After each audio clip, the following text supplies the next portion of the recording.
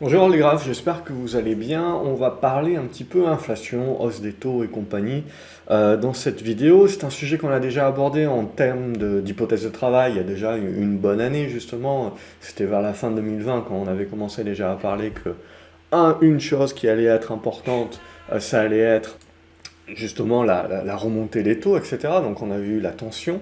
Et donc évidemment, donc les vidéos à la base qu'on avait faites, c'était de se dire, ok, comment on se protège de l'inflation. Donc le résumé, évidemment, c'était de se dire, il y a différentes manières. Soit on achète des obligations indexées sur l'inflation, et l'idée qu'on avait prise à ce moment-là, c'est de dire, faites attention de toute manière, dans toutes les brochures, dans tout ce que vous regardez, ce à quoi il faut faire attention, c'est certes le rendement qu'on vous propose, mais il faut en déduire à chaque fois l'inflation. Quand vous avez un livret A qui vous propose 0,5%, en fait vous êtes en taux réel négatif puisque l'inflation aujourd'hui est à 3%, 4%, après ça dépend des personnes, chacun a une inflation, mais on va dire la généralité est là. Quand on vous prenez également de l'obligataire, vous êtes en rendement également négatif sur cet obligataire, puisque les obligations européennes sont légèrement positives, légèrement négatives, ça varie un petit peu, mais en gros vous êtes à zéro, et donc vous prenez les 3% d'inflation. Alors ça peut vous paraître pas énorme, mais c'est par année, et les intérêts cumulés, vous le savez, la huitième merveille du monde, elle marche aussi contre vous vis-à-vis de cette inflation. Donc c'est pas parce que vous avez un rendement réel négatif de 1, 2, 3% par an, que c'est pas grand-chose. Sur 10 ans, c'est énorme. Donc il faut le prendre. Donc le premier schéma, c'est une étude de GMO que j'ai prise ici et qui recoupe globalement, en gros, ce qu'on avait pu déjà se dire il y a une année. Sauf qu'il y a un point central pour moi qui est important, c'est qu'aujourd'hui, de plus en plus de personnes, évidemment, parlent de l'inflation, de plus en plus de personnes parlent d'une inflation qui est durable, et de plus en plus de personnes parlent du pic de croissance qui est derrière nous, et donc, quelque part, du gros mot, c'est la stagflation. La stagflation, nous en avons eu un exemple surtout dans les années 70, et là, évidemment, tous les vendeurs de matières premières, d'or notamment, vont vous expliquer que voilà, on va aller vers la stagflation, et donc à partir de ce moment-là, c'est l'or qui va vous protéger. Or, l'or, on va le voir plus tard, certes est protecteur, les matières premières sont certes protectrices également, il ne faut pas oublier que dans les années 70 également, nous avons eu deux chocs pétroliers, donc il y a cet aspect pétrole également, et on va recouper avec d'autres vidéos qu'on avait déjà pu faire sur le sujet. Mais donc voilà, prenons le premier point. Le premier point, c'est l'obligataire. Et l'obligataire, on le voit, en taux réel, vous êtes actuellement donc sur du négatif. Ensuite, on va vous expliquer que, voilà, si c'est pas les années 70, à titre personnel, je pense plus que c'est les années 50, donc c'est-à-dire sortir de guerre. Donc justement, je pense que le choc que nous avons eu sur les chaînes logistiques, etc., sur la demande, sur l'offre, c'est plus un choc justement de on arrête tout, on transforme un petit peu l'industrie en étant une industrie de guerre, et là en l'occurrence une industrie pour combattre le virus, et puis après on redémarre. Et donc il faut le temps de réadapter tout cela. Évidemment, c'est plus, entre guillemets, ce sera plus simple que la Seconde Guerre mondiale, mais c'est dans la même idée. Donc pour moi, je pars du principe que le monde de demain, c'est certes éventuellement un monde avec de l'inflation, hein. On peut avoir de la désinflation, c'est-à-dire une réduction de la hausse de cette inflation dans le temps, mais une inflation qui se poursuivra de manière plus linéaire et plus exponentielle éventuellement. Mais par contre, au niveau de la croissance, même si en effet on passe ce pic de croissance, on ne va pas parler de stagflation parce qu'on n'est pas dans la crise des années 70. Hein. C'était une crise avec du chômage, c'était une crise avec de la perte de pouvoir d'achat, c'était une crise de productivité. On est aujourd'hui dans un monde qui est de plus en plus productif, qui a toujours énormément de cash. On a plus d'offres d'emploi aujourd'hui que de travailleurs, ce qui crée évidemment des pressions inflationnistes aussi. Mais bon, en gros, ce dans quoi on est actuellement, c'est pas encore des éléments de stagflation. On a encore une croissance qui est forte, et même si en effet elle va petit à petit se linéariser, ça reste quand même de la croissance. Donc c'est là pour moi où c'est important. Donc l'idée, c'était justement de se dire attention au niveau des obligations, et des obligations indexées sur un panier de valeurs, le CPI en règle générale, ça ne va pas vous protéger complètement. même les obligations indexées ou les livrets qui sont indexés sur l'inflation, etc., en règle générale, il y a toujours un temps de retard, et puis l'inflation est en avance par rapport au taux qu'on va vous proposer, donc vous n'avez pas une protection qui est totale. C'est mieux que rien, mais c'est pas total, et donc l'idée c'est que vous restez quand même à aujourd'hui. Alors ça c'est sur le taux, c'est sur les taux américains, donc les taux américains sont positifs, donc ça c'est ce qui crée également, c'est ce qui va créer aujourd'hui beaucoup de tensions justement entre, parce que les différentes banques centrales ont des politiques différentes, vous avez certaines banques centrales dans le monde qui sont déjà en train de remonter leurs taux, Banque centrale russe par exemple, vous avez d'autres banques centrales qui maintiennent leurs taux bas, et à partir de là, et aussi ce qui est intéressant, c'est qu'on a des taux à 10 ans aux États-Unis qui sont à 1,5 et qui tendent éventuellement vers les 2%, alors qu'en Europe, on est toujours aux alentours des zéros. Donc ça va créer également des différences. C'est qu'aujourd'hui, c'est plus intéressant de garder des dollars, parce qu'au moins on est rémunéré. Certes, par rapport à l'inflation, on est quand même en taux réel négatif, mais on est quand même mieux rémunéré qu'à conserver les euros. Donc il y a cette guerre d'échange également qui peut se mettre en place. L'idée également, c'est que dans ce poste, alors que j'avais fait au sein de l'académie, j'avais proposé un portefeuille type, entre guillemets, pour se protéger là-dessus. C'était de partir sur, en gros, 30% du portefeuille qui est axé sur des valeurs de dividendes et des matières premières. Alors j'avais mis une liste de valeurs sur cet aspect-là, que vous pouvez avoir à l'écran, je vais pas les répéter, vous pouvez mettre sur pause. 10% en valeur de croissance, hein, donc certes, qui délivre un certain dividende, mais surtout qui va nous intéresser. Parce que vous avez toujours la même chose, c'est que vous avez beaucoup de personnes qui vont vous dire, si les obligations continuent de monter, ça va être une concurrence pour les actions. Or, aujourd'hui, ce que l'on voit, c'est que les actions ont profité de la crise du Covid pour mettre beaucoup d'argent de côté, qui vont redistribuer à leurs actionnaires, donc augmenter les dividendes, voire faire du rachat d'actions. Donc ça, c'est quand même positif aujourd'hui dans la capacité de dire, même dans un monde inflationniste à 4-5%, aujourd'hui, des dividendes à 5-6%, je vais en trouver avec des rachats d'actions où justement donc, je vais pouvoir me protéger de cette inflation-là grâce à les dividendes. Aujourd'hui, sur de l'obligataire, je ne vais pas avoir ça, ou alors il faut aller chercher des obligations exotiques, etc., bien entendu. Et c'est un peu plus compliqué, donc c'est pas pour tout le monde, c'est pas facile à obtenir. Donc voilà un petit peu l'idée. Ensuite, des grosses valeurs de croissance.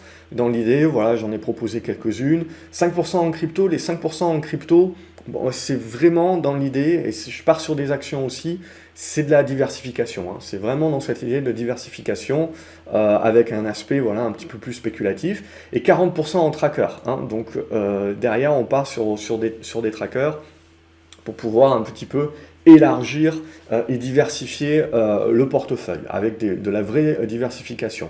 Donc je retourne derrière à l'étude. Hein. C'est là pour moi où c'est important. C'est un portefeuille qui est plus axé années 50, hein, pour résister en gros réouverture, inflation, remontée des taux type années 50-60, que années 70 où là c'est la stagflation, et dans la stagflation c'est très très compliqué de pouvoir s'en sortir globalement. À titre personnel, c'est pas le scénario que je privilégie encore à aujourd'hui, peut-être dans un an ça changera, mais c'est pas le cas. Donc ce que je propose là, c'est plutôt scénario type années 50, réouverture et compagnie. Donc du coup, l'idée, c'est de revenir un petit peu sur qu'est-ce qui nous protège sur l'inflation. C'est les matières premières. Beaucoup de personnes vont dire c'est les matières premières, achetez de l'or, achetez de la platine, achetez du pétrole, ce que vous voulez, mais en gros, c'est ça qui va vous protéger. En fait, quand on regarde l'étude de GMO, ça confirme ce qu'on pouvait déjà penser, c'est qu'en gros, vous avez en effet une corrélation.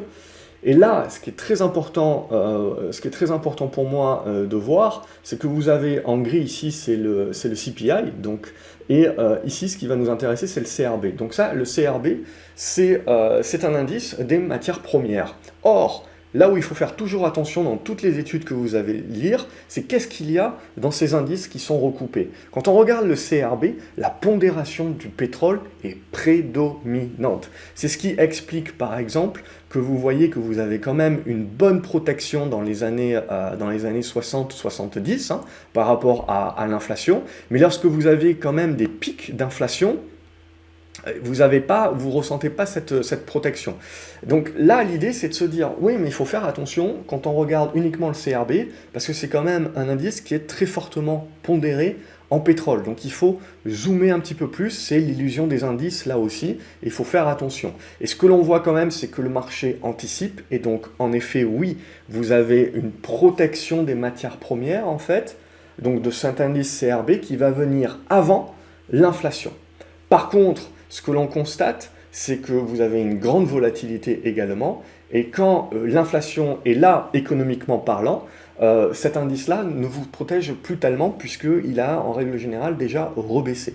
Donc il faut le prendre avec des pincettes, là où, quand je prends l'analyse de GMO, c'est de dire, comme eux, il faut faire attention à ce hedge, à cette protection des matières premières, qui n'en est pas vraiment une, mais là, il faut surtout faire attention que cet indicateur-là, cet indice-là, c'est surtout surpondéré en pétrole, et que donc le seul moment où quelque part ça nous a bien protégé par vraiment des pics inflationnistes, on ne parle pas d'ici où on voit qu'on a une inflation qui est quand même très résorbée, donc là c'était l'époque où les plus grosses capitalisations c'était des valeurs pétrolières, avant que l'on connaisse la crise de 2007 et puis derrière une crise d'offres avec les gaz de schiste à partir de 2014-2015 et qui ne s'est résorbée qu'à partir de 2019 et on a fini fin 2018 et on a fini par tuer tout le monde en gros avec le Covid, ce qui a précipité en fait les pressions inflationnistes qui sont liées à une réduction de l'offre, une réduction structurelle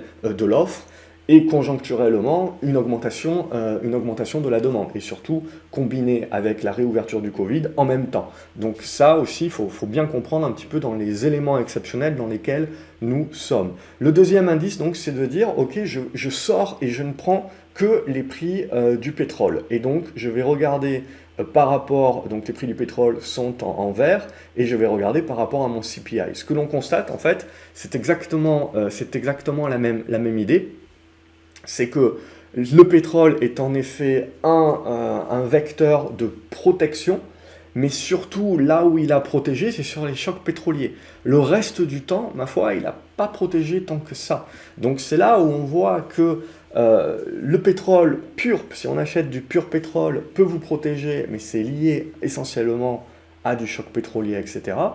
Le CRB qui, même en ayant une surpondération sur le pétrole, on le voit, avait une bien meilleure protection tout de même sur le long terme. Par contre, sur les pics inflationnistes, en fait, on voit que le marché a anticipé cette protection-là, mais qu'elle ne dure pas dans le temps. Donc en fait, c'est surtout lié à la relation économique de l'offre et de la demande, donc c'est de savoir, surtout pour moi, c'est de dégager et de savoir sortir si on est dans une inflation, oui, mais une inflation avec quoi? Une inflation avec une forte croissance, et donc à ce moment-là, il y a une forte demande pour les matières premières, et donc le marché va anticiper cette forte demande de les matières premières, et donc ces matières premières-là me permettent en effet de compenser l'inflation, ou est-ce que je suis dans un monde de crise économique, de choc, donc de crise d'offres, de crise de demande en sus d'une crise d'offres, de surplus d'offres, et donc à partir de ce moment-là, voilà, certes j'ai de l'inflation, mais j'ai aussi une crise économique, et donc j'ai aussi cette pression-là. Donc c'est ça aussi qui est important, de bien sortir les choses, parce que sinon si on regarde que les graphiques tels qu'ils sont, on peut avoir des conclusions qui sont un petit peu hâtives. Donc je continue. Et c'est là où on rentre dans le vif du sujet, évidemment, où en gros, beaucoup de personnes vont vous parler de l'or, mais l'or, si vous regardez, mis à part dans les années 70, où il a été protecteur, à partir des années 80, je veux dire, vous êtes perdant sur l'or. Tout un tas de personnes, demandez à vos parents, etc., tout un tas de personnes qui se sont protégées en achetant de l'or dans les années 70, leur protection a duré très peu d'années, et ensuite, ils se sont fait complètement bouffer par l'inflation. Donc l'or, mis à part sur un tout petit pouillème de l'histoire, a été protecteur, mais pas le reste du temps. Et pourtant, aujourd'hui, dans tous les discours que l'on entend, c'est la relique qu'il faut à tout prix avoir pour la protection ultime. Donc faites attention par rapport à ça, on n'a pas grand-chose. Au niveau du Bitcoin, même chose, c'est la même idée. Pour moi, le Bitcoin est avant tout une question de flux. Et ce n'est pas aujourd'hui, alors on peut le croire, mais pour moi ce n'est pas une protection contre l'inflation, et ce qui sera très intéressant, et je ne pense pas qu'il faut actuellement se dire le Bitcoin monte parce que ça nous protège de l'inflation. Je pense que vous avez suffisamment de flux, mais ce qui sera intéressant, c'est quand on va fermer les robinets des liquidités, c'est là et donc on va fermer les flux, c'est là qu'on va vraiment voir ce qui est protecteur ou pas. Quand les flux vont se retirer, quand la marée va se retirer, c'est là qu'on verra vraiment où le peu de flux qui reste va se mettre pour se protéger. Et là, vous aurez les vraies protections. Pour l'instant, le Bitcoin, pour moi, c'est lié essentiellement à des flux, et je le délie complètement de l'inflation. Donc du coup, au niveau des actions, très souvent, donc, on va se dire, eh ben, c'est les valeurs value, donc le tangible, les valeurs qui ont des actifs, qui vont être protecteurs. Et ce que l'on constate, c'est que oui, en effet, lorsque vous avez de l'inflation, donc là ils ont pris les années 70 à 80, on a quand même eu une inflation qui est poussée, on voit bien les valeurs américaines ici, value, qui surperforment en effet, mais regardez, les autres valeurs américaines, donc non value, sous-performent pendant de nombreuses années, mais quand même, à terme, arrive à s'en sortir. Donc c'est là aussi où c'est intéressant. Ce qu'il faut, c'est de pas tout jeter, c'est pas se dire il n'y a que les values et rien d'autre. Non, les values, oui, vont surperformer, mais il ne faut pas non plus jeter tout le reste. Donc du coup, c'est là où on rentre un petit peu dans le vif du sujet et de se dire, ok, les actions value, oui, mais lesquelles? Et alors, du coup, ce qui est très intéressant, c'est que donc on regarde les actions qui sont liées au charbon, les actions qui sont liées au pétrole, les actions classiques que vous avez ici en bleu, les actions de minières, et enfin les actions donc plutôt orientées industrielles et compagnie, donc value. Et ce que l'on se rend compte, c'est que les valeurs value qu'on a vues donc arrivent à surperformer cette inflation et donc offrir une protection sur l'inflation, mais surtout c'est des actions de minières, c'est des actions donc plus sur le pétrole et sur le charbon et donc sur les énergies, qui arrivent à avoir cet effet de levier. En fait, c'est la logique, c'est ce qu'on s'était déjà expliqué. Quand vous achetez une minière, etc., à partir d'un certain prix de la matière première, eh ben, ils vont avoir un effet de levier, c'est-à-dire que vous allez avoir une croissance des profits qui va être bien supérieure par rapport à la croissance de la matière première de base. Et donc c'est ça, clairement, que l'on joue aujourd'hui dans une protection, c'est de jouer cet effet de levier. Et quand on achète une minière, etc., on achète un effet de levier. Bien entendu, on achète cet effet de levier à la hausse, mais on l'achète également à la baisse, c'est-à-dire que quand la matière première baisse, vous allez avoir l'effet de levier inverse, et ces actions-là peuvent être très volatiles, très spéculatives également à la baisse. Donc voilà un petit peu ce que pour moi j'en retiens globalement, c'est ce qu'on avait pu se dire déjà il y a une bonne année, et c'est bien de faire la différence entre qu'est-ce qui va vraiment me protéger et où est-ce que je suis. Est-ce que je suis dans un monde inflationniste? Oui, mais ça ne suffit pas. Est-ce que j'ai de la croissance ou est-ce que j'en ai pas? Et donc, est-ce que je fais la différence entre stagflation ou est-ce que je fais la différence entre un monde inflationniste, oui, mais qui reste en croissance? Et donc, à partir de ce moment-là, ce qu'on revoit, c'est que les matières premières brutes ne protègent pas tant que ça. Ça protège un petit peu, mais sur un laps de temps qui est assez court, pas de manière long terme. Par contre, acheter les actions qui, elles, profitent de ces matières premières-là avec un effet de levier, et acheter du tangible et des valeurs value, ça, c'est ce qui protège réellement sur le long terme. Et en sus, donc, on a le dividende. Et en sus, également, dans la situation actuelle post-Covid, ce qu'on a, c'est des entreprises qui sont gorgées de liquidités et qui ont donc cette capacité de faire des rachats d'actions et d'augmenter leurs dividendes, et donc qui rajoutent en plus à cette protection. Voilà pour cette vidéo, pour résumer un petit peu cet aspect-là. Comme d'habitude, j'espère que ça vous a plu. N'hésitez pas à mettre des pouces en l'air, liker les vidéos, les partager, me dire ce que vous en pensez en commentaire. Quant à moi, je vous retrouve à la prochaine vidéo. En attendant, n'oubliez pas de vous abonner. Salut les graphes.